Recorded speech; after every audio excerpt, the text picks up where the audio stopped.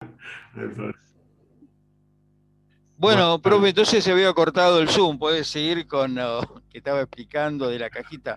entonces estaba contándole cuando en un congreso que lo mostraron, no sé cómo consiguió esas fotos, ¿no? Porque estamos hablando año 1900 y algo nada más. Y entonces existía esta zapatería, como contó Roberto, y eran el boom de aquel entonces, ¿no es cierto? Entonces la gente que tenía mayor poder adquisitivo, ¿no es cierto?, que podía comprar el mismo zapato en otra zapatería, se iba a ese lugar porque tenían esa máquina. Y la máquina era similar, como le dije, a un atril, ¿no? Y en ese atril, ¿no es cierto?, para que tuviera mejor visión el comprador, ¿no es cierto?, el cliente, tenía como una especie de ranura que en ese lugar apoyaba los ojos y vos mirabas. Entonces, en la parte de abajo tenía una caja donde tenía el tubo rayos X, ¿no es cierto? Vos metías tus pies con tus zapatos, tenía una ranura para meter tus pies con tus zapatos dentro de ese atril. Por arriba de eso estaba la pantalla de fluoroscopía. Y como se acuerdan, les conté recién cuando yo entré al hospital por primera vez que conocí esos equipos y les comenté que tenía que estar a oscura. Obviamente por cada cliente que venía a comprar zapatos le iban a apagar la luz de la zapatería. Entonces, ¿qué hacía? En el atril tenía como una especie ovalado para que entraran los ojos, entonces vos metías los ojos ahí y, o sea, obviamente hacía la oscuridad de afuera y veías adentro, cuando prendía el tubo, veías tus pies, ¿no es cierto? Y lo observabas y te quedabas un minuto emocionado viendo tus pies porque era una novedad. Hoy, imagínense, bueno, Ruth ya lo vio porque trabaja en un quirófano, lo vio, pero para muchos de los restos de los chicos, el día que vean este, la radioscopía, también van a ver algo interesante o algo que nunca vieron. Una de las cosas que hacemos con Roberto cuando vamos al hospital y les mostramos, lo que hacemos en unos segundos, poner nuestras manos y mover nuestros dedos y cómo ven cómo los huesos se mueven, porque no se ve la piel, no se ve nada, se ven los huesos. Entonces eso llama la atención. Imagínense, estamos en el 2021. Imagínense lo que fue eso para en los años 900. Fue lo más. La gente, yo creo que para ir, juntaba unos pesos más para ir a comprar sus zapatos ahí. Y en ese entonces no se tenía noción, digamos, de la radiación. Bueno, el cliente compraba un zapato cada tanto y listo. Era una radiación que no iba a afectar. El problema era el personal que trabajaba ahí años, sin tener ninguna protección y no era necesario ni siquiera estuviera junto al paciente mirando la radioscopía, sino que aunque fuera la cajera la que cobraba, se estaba irradiando también. En poca cantidad por la distancia, pero es acumulativo, como dijo Roberto, ¿no es cierto? Y esto en el transcurso de los años, seguramente algún daño iba a poder traer. Nada más, quería contarles esa anécdota de ese congreso que estuve y me llamó mucho la atención, ¿no es cierto? Así que bueno, puedo La técnica de continuar. la Sí, técnica de sí. la fluoroscopía es la única que permite movimiento, aparte de hacer diagnosis o radiación, porque En usted aquel, dijo que recién se veían los No, huesos. en no, aquel, no, no. O sea que la fluoroscopía. Porque el profesor dijo que gracias a la fluoroscopía podíamos ver los huesos. ¿Cómo, cómo? El profesor Gómez nombró la fluoroscopía cuando dio el ejemplo de los huesos adentro del zapato. Sí, ¿Es la única técnica que permite el movimiento a través de los rayos? ¿Que sí. permite verlos? La fluoroscopía en un principio, ¿no es cierto? Y la radioscopía son dos cosas diferentes, ¿eh? La fluoroscopía era la técnica más vieja, que es una pantalla que más adelante le va a hablar a Roberto sobre lo que es fluoroscopía, ¿no es cierto? Es una pantalla que está hecha de fósforo, entonces los rayos X se reflejan en eso y se pueden ver. Si vos movés los dedos, se van a mover también, se va a ver eso. Hoy ya no existe la fluoroscopía. Hoy existe Sí, la sí, la radioscopía, radiación. claro, que es diferente. Vos que estás en un quirófano, viste que tenés el arco en C que queda el tubo abajo y arriba queda esa cosa grande que es el intensificador de imagen. Sí, sí. Eso recibe la radiación, ¿no es cierto? Pero no es una fluoroscopía. Son unos sensores que captan la radiación, ¿no es cierto? Lo transforman y lo llevan por vía coaxial a un televisor para verlo. O sea que no tenés que Sí, sí. irradiar. De la otra manera, vos tenías que estar arriba de esa pantalla para poder verlo. Ah, ahora entendí. Es lo mismo, digamos, pero en Nada más que diferentes en el épocas. otro existía la técnica de llevarlo a otro lugar y verlo, estar alejado. Con la fluoroscopía tenías esa pantalla, que era una cosa cuadrada, color verdosa era, porque estaba hecha de fósforo, ¿no es cierto? Y digamos que eso se ponía de color verdoso, ¿no es cierto?, a la fluoroscopía. La fluoroscopía es medio similar a la fosforescencia. Hay una diferencia entre las dos, igual. Más adelante se lo vamos a explicar. Bueno, Pero, ¿qué gracias. pasaba? Se ponía de color verdoso. Pero lo que se atravesaba entre la pantalla fluoroscopía y el tubo, obviamente había sido una atenuación de los rayos. Esa atenuación se reflejaba en esa pantalla y vos lo podías ver. Lo que tenía, como era en vivo, vos movías los deditos y se movía, se veía al momento. En una placa lo que vos haces es imprimir esa imagen y queda así nomás. No hay manera de verlo. Y hoy en día existe la radioscopía, que ya dejó hace años. Yo fui los últimos que vi radioscopía y ahora existe, perdón, lo que vi fluoroscopía y ahora existe la radioscopía, que es lo que vos conocés. Sí, sí, gracias. Bueno, Ahora entendí. entonces, tanto la fluoroscopía como la radioscopía, digamos, podemos ver cosas dinámicas, ¿sí? Un movimiento de la mano, el pie, el giro, ¿sí? Como más o menos explicó recién Herrera, son procedimientos distintos, ¿está bien? Pero los dos son dinámicos. La fluoroscopía ya no existe más, ¿sí? ¿Por qué? Porque ya es un método muy viejo y aparte se irradiaba mucho el personal, ¿sí? Entonces se pasó a la radioscopía. Igualmente, eh, antes de la radioscopía no existía tampoco el arco en C. Sin embargo, también se operaba y había cirugía de traumato en donde había que ver imágenes. Y las imágenes en ese momento no eran dinámicas como es la radioscopía hoy por hoy, sino que eran, y son también, porque se puede utilizar hoy también, estáticas, ¿sí? O sea, con placas radiográficas, ¿sí? Entonces se operaba de repente una cadera, o qué sé yo, se ponía un cúncher, ¿sí? O un clavo endomedular, un clavo dentro, un clavo, chicos, una placa con tornillos en el hueso, ¿sí? Después lo van a saber de qué se trata cada cosa. Entonces, para hacer el control, se sacaban placas, ¿sí? Inclusive, esas placas en aquel momento no se procesaban en forma digital como es hoy, o automático, sino era revelado manual, ¿sí? O sea que era mucho más artesanal la radiología de aquel momento al de hoy, ¿sí? Chicos, ¿entendieron más o menos? ¿Sí? Sí, profe. Bien, bien.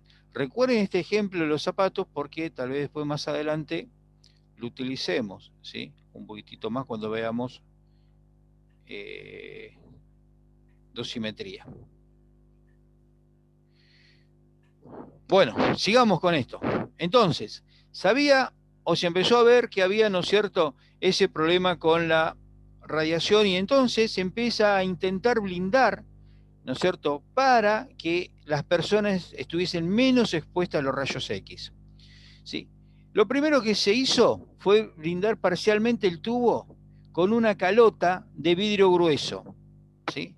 Y se puso, voy marcándole, ¿sí? El tubo está acá adentro, ¿sí? Alrededor, esto, ven que se nota como si fuese una copa de vidrio, ¿sí? Es un vidrio grueso, ¿está bien? Y había un cono focalizador, ¿está bien? Esto fue el primer intento, de brindar protección. Pero como yo le explicaba hoy, el vidrio debería ser plomado. Igualmente tengo toda una cobertura que no está cerrado, o sea que por acá voy a tener radiación. Y este cono focalizador se utilizó hasta no hace mucho tiempo en lo que son los equipos portátiles, ¿sí? Que ellos se utilizan para hacer que sea un paciente que esté en terapia intensiva o en la habitación. Esto, ¿sí?, está prohibido. Este tipo de cono focalizador no se puede utilizar. Si hoy nosotros tenemos en un servicio, ¿sí?, un equipo con esto y no con colimadores y viene radiofísica sanitaria, clausura el servicio, ¿sí? O sea que esto no podría estar.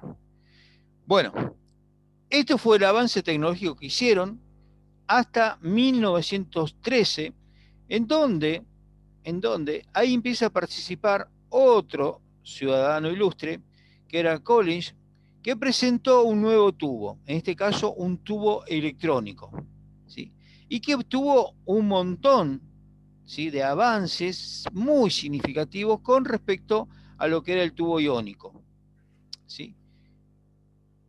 Este tubo o este modelo de tubo es el que se está usando en la actualidad. Tiene nuevas mejoras en base al material, ¿sí?, en base, ¿no es cierto?, a la disipación del calor, pero el principio de 99% de calor y el 1 de radiación sigue siendo el mismo, la isotropía sigue siendo la misma, y el tubo de rayos X desde 1913 a la actualidad sigue siendo el mismo, ¿sí? O sea, la radiación sigue siendo igual, pero va cambiando algunas cositas, ¿sí? Por ejemplo, con los tiempos de exposición, ¿sí? Y también con los chasis que estamos utilizando. Ante los chasis, para obtener, ¿no es cierto?, una radiografía, estaban constituidos su base con unas tierras raras, se le dicen, ¿sí?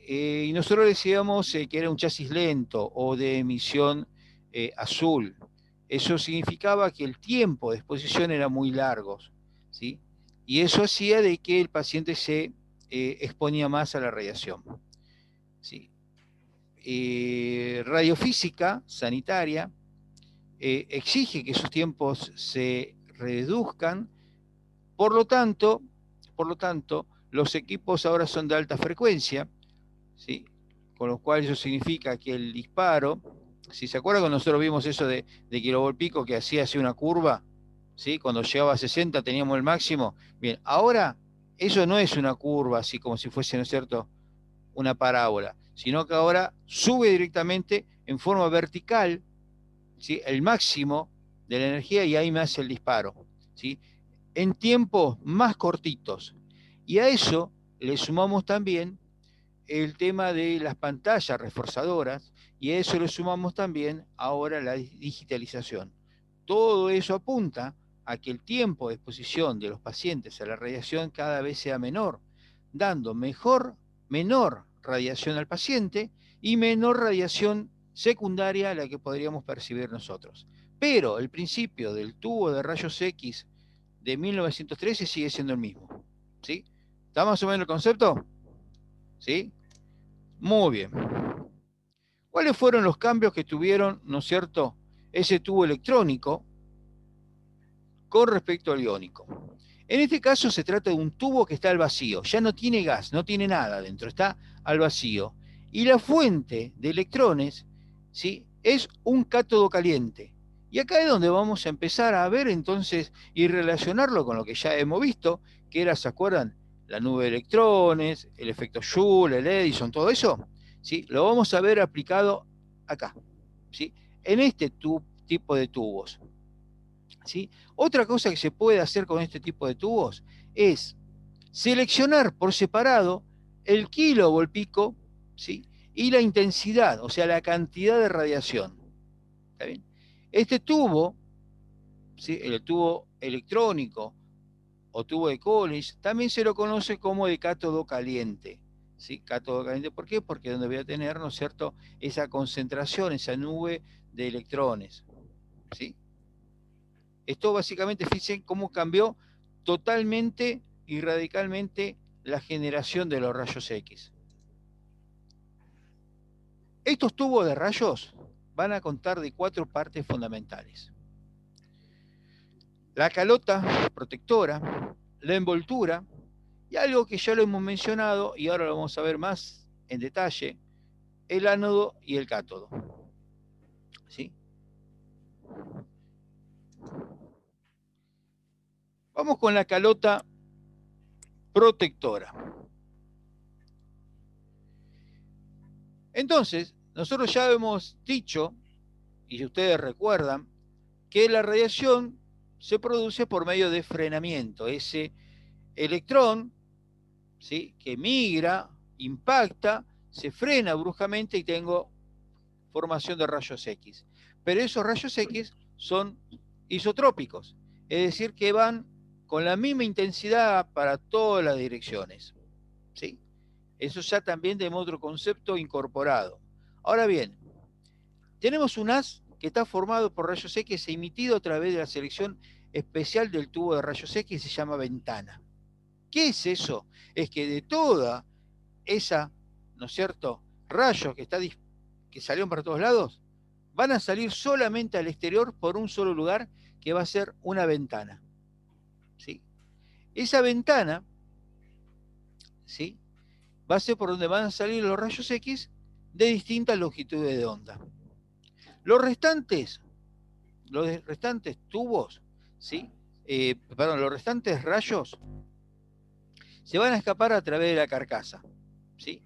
Y eso se va a llamar radiación de fuga, ¿sí? Y eso es algo que no debería pasar, pero suele pasar esa radiación de fuga que yo tenga, ¿sí?, en un tubo de rayos. Y esa radiación de fuga no contribuye en nada a mi formación de la imagen, y voy a tener también la posibilidad de irradiar al paciente innecesariamente. Entonces, la idea es que los rayos X estén colimados y vayan todos en una dirección, ¿sí? Pero yo puedo llegar a tener, por algún problema en esta calota protectora, ¿sí?, esa radiación de fuga. Si tengo radiación de fuga, ¿a quién voy a irradiar?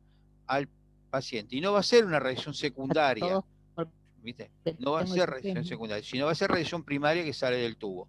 ¿Sí? Ruth, ¿quería decir algo? No, que era el isotropismo que usted había explicado, que era esto. Exacto. Y como es radiación primaria, es una radiación dura. ¿Sí? Recuerden que cuando el fotón interactúa con el paciente, ¿sí?, ¿se acuerdan? Teníamos, de acuerdo a la energía, teníamos Compton fotoeléctrica. Esa radiación dispersa tenía una energía menor que la radiación primaria. Pero cuando yo tengo radiación de fuga, ¿sí?, es radiación primaria que se está fugando del tubo. ¿Está bien? Entonces eso tiene que estar bien blindado.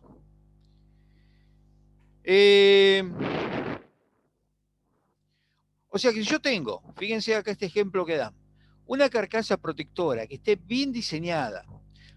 Y ojo, chicos, muchas veces sucede esto, y se lo aclaro antes de seguir con el ejemplo, porque estamos hablando de una calota bien diseñada, que me están diciendo de una calota, de un tubo de rayos prácticamente nuevo, pero el tubo muchas veces tiene alguna falla, se rompe algo, entonces se viene a hacer una reparación.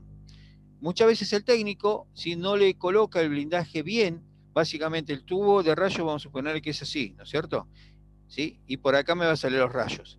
Y acá en las puntas suele tener como unas tapitas, ¿sí?, que básicamente puede ser que el tubo pierda aceite y le saquen esta tapita para solucionar el problema del fuelle. Acá hay un fuelle adentro que es de goma, ¿sí?, y después lo vuelven a armar.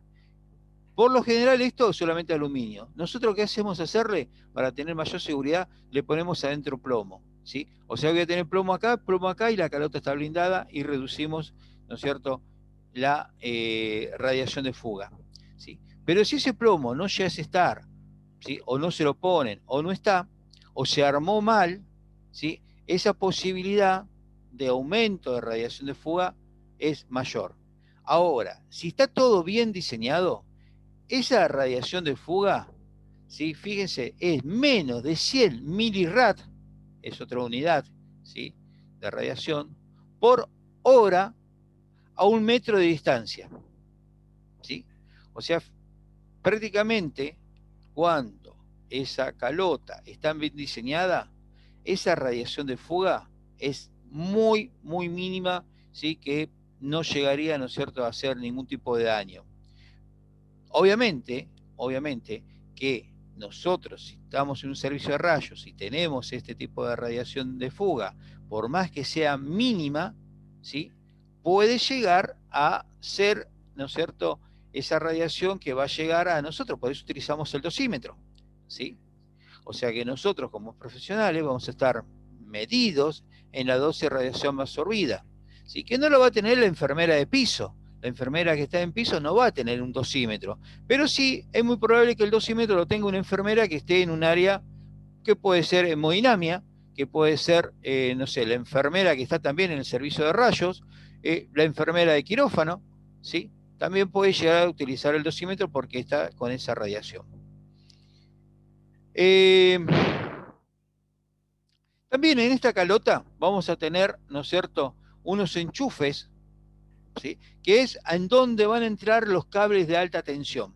Esos cables de alta tensión van a conectar lo que va a ser el transformador de alta tensión a el tubo, ¿no es cierto?, de rayos X.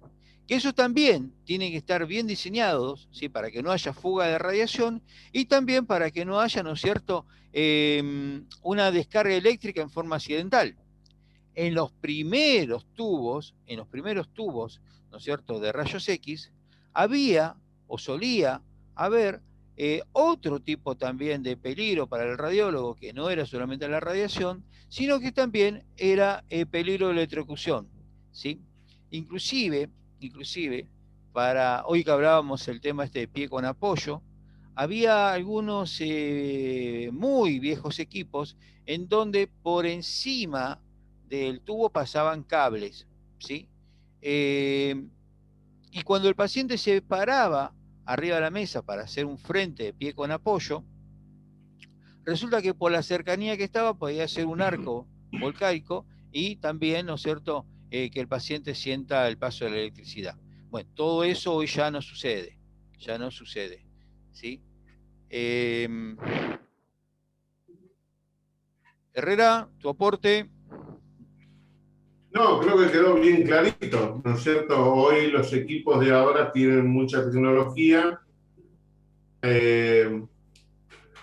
Bueno, alguna vez algún equipo portátil de los viejitos alguna vez me dio una patada y bueno, hoy ya todo eso no sucede, están todos bien blindados, bien... Eso es el tipo de tecnología y, digamos, electrónica la que se utiliza hoy, que todo eso no sucede. Pero bueno, antes en quirófano no había radioscopía y utilizábamos un equipo que pesaba toneladas y parecía un dinosaurio. No tenía los primeros tiempos. No sé si vos, Roberto, que tuviste muchos años en quirófano, lo llegaste a ver sin colimador a esos equipos. Así que y después se le colocaron colimadores y después llegaron los equipos de radioscopía, que hoy en todos los quirófanos hay. Tuve 5 años con el equipo sin colimador. 5 años. Sí, ni siquiera el conito tenía. Nada, cierto, tenés razón, no tenía ni conos, tenés razón. Era un equipo gris, viejo, a manivela, se lo subía. Si yo cuando le digo a los alumnos que yo era rubio y no me creen, viste, por la radiación. ¿Sí? Fue un efecto biológico de la radiación. Pero bueno. No fue por comer chocolate. Exacto. Hasta bueno era, mirá vos. Voy a hacer comentarios de miedo que me vuelvan a anotar. Ya vos tenés un par de cruces. Basta. Bueno. La clase pasada ya me marcó como fui la única que no entendió el tubo. Ahora por esto. Viste, ahora esto. Ya nos tenemos un montón de cruces. Y ahora abrió la agenda Herrera también. Porque, viste, lo atacaste directamente. Sí. Así que, viste, no tenés un respaldo hoy por hoy.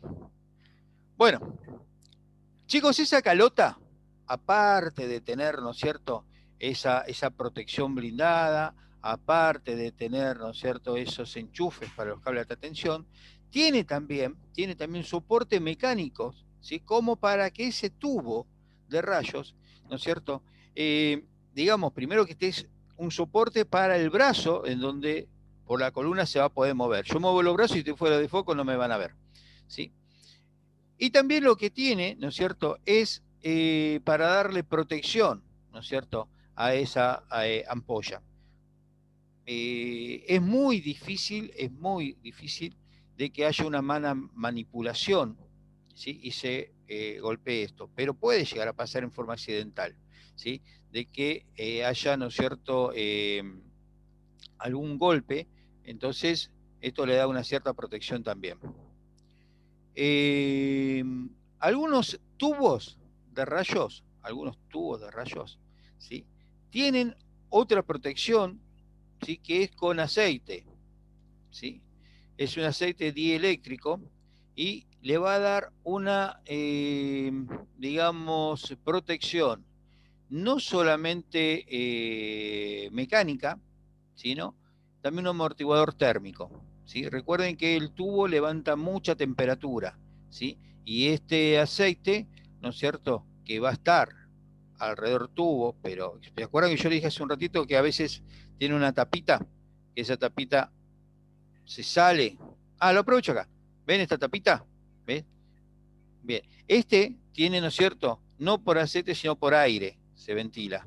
¿Está bien? Pero hay otros que son cerrados acá, no tienen esta rejilla, ¿sí? Entonces, adentro de esto, donde está la ampolla, tiene, ¿no es cierto?, como otro blindaje, en donde en las puntas tiene un fuelle de goma. Ese fuelle de goma suele pincharse, ¿sí? Y entonces empieza a perder aceite. Si nosotros perdemos todo el aceite, tenemos sin protección y el tubo no va a durar menos, ¿sí?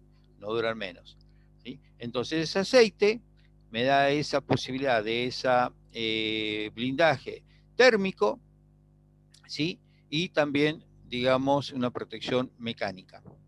Y bueno, como dije recién, algunos tienen también esa ventilación, esa refrigeración por medio de aire. Ese fuelle que está en las puntas cuando es con aceite, ustedes vieron que un material cualquiera, cuando se calienta, ¿qué hace? Se dilata. ¿Sí? Bueno, ese fuelle de goma lo que hace justamente cuando este aceite, ¿no es cierto?, absorbe el calor y se empieza a calentar, es como que se puede estirar un poquito, como es algo de goma, ¿sí?, y después se contrae, ¿sí? Pero bueno, ese mecanismo funciona y es un material que con el movimiento en un momento se va a quebrajar y lo que va a pasar es que empieza a perder aceite. Por eso tenemos que estar muchas veces atentos cuando se trabaja con ese tipo de tubos, ¿sí?, para que esa falla no suceda, ¿sí? Esto que está acá, chicos, lo redondo es el tubo, no es esto, ¿sí? Esto que estoy marcando yo ahora, ¿lo ven? Esto cuadrado, es el colimador, ¿sí?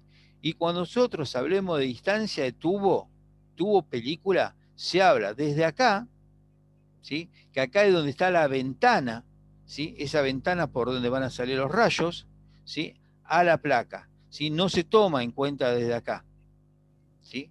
Esta no es la salida de los rayos X. La salida de los rayos es acá en la ventana, ¿está bien? El colimador lo que me va a hacer es limitar la radiación, ¿está bien? Por donde van a salir los rayos. ¿Se entiende, chicos? ¿Sí? Muy bien, Herrera, ¿me olvido de algo? No, perfecto. Solamente que esa limitación que está ahí en el. Bueno, te fuiste a la otra slide. Ahí está. Marcarle dónde están las perillas para uno poder hacer el cuadrante y enfocar. Esa perillita hace que se abra o se cierra el colimador. Entonces, si están todos abiertos, ustedes van a tener un cono o una proyección cuadrada. Si está todo abierto, bien grande, que va a cubrir un chasis 43 y un poco más, ¿no es cierto? Y si quieren, pueden cerrarlo, hacerlo en minutos o cerrarlo completo y por más que hagas el disparo, si está cerrado los colimadores, la radiación no va a salir, porque esas planchetas de plomo que tiene va a detener la radiación. Muchas veces nos ha pasado, o bromas que nos hacían los profesores cuando nosotros estudiamos, no cerraban los colimadores, si vos hacías un disparo y ibas a revelar y no había nada, y decía, ¿qué pasó? ¿En qué te equivocaste? Es un chiste que hacían porque sabían que no le hacían daño ni al paciente, porque al cerrar los colimadores, el disparo había, rayos salía, pero en el colimador quedaba todo, porque estaba todo cerrado, todo blindado. Pero eso, bueno, eso se utiliza el colimador es justamente para agrandar o achicar el área de enfoque donde van a ir los rayos. Si yo tengo que hacer una mano,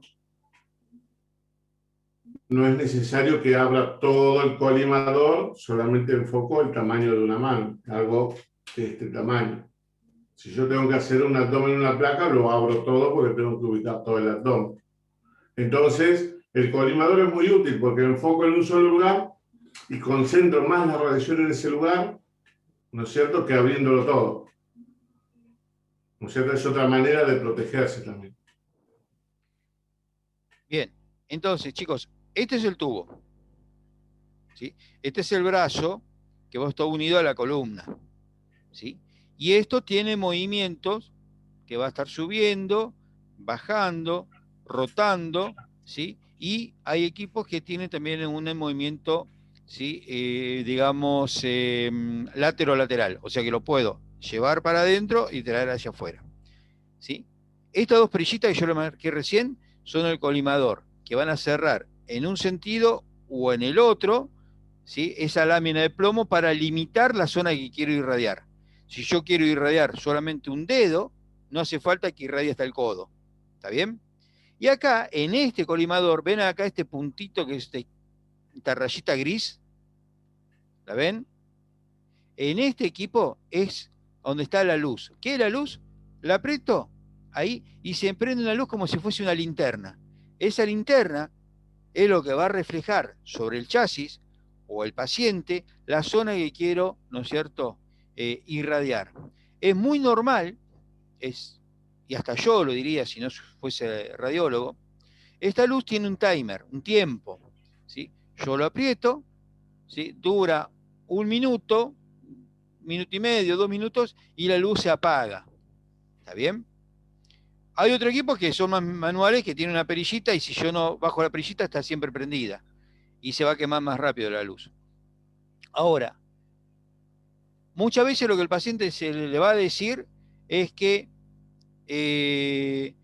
nosotros lo acomodamos, pusimos la luz, y más ustedes cuando recién empiecen, se van a ir detrás del biombo, van a poner la técnica, que van a pensar cuánto era el kilovolt, cuánto es el miliamper, que le subo, que le bajo, que miro, que si está bien, está mal, esa luz se apaga. Y lo que le va a decir el paciente, se apagó la luz, ¿sí? Porque el paciente va a creer que si la luz está apagada no va a recibir radiación, ¿sí? Ustedes ya a partir de hoy saben de que no es así. La luz simplemente es algo para focalizar, ¿sí? Y me ayuda a mí para ver a dónde va a estar la radiación, ¿sí? También otra cosa que hacía algún profesor cuando era malo, ¿sí? Le desconectaba la luz, ¿está bien? Y le hacía hacer las placas sin luz, ¿sí? Colimando a ojo, mirando, ¿no es cierto?, la superficie para no irradiar tanto y poniendo una plancha plomada sobre la zona del chasis que no quería irradiar. Pero bueno, ya no se permite más hacer eso. ¿Dudas, chicos, hasta ahora? ¿Qué cosa no entendieron de lo que vimos hoy?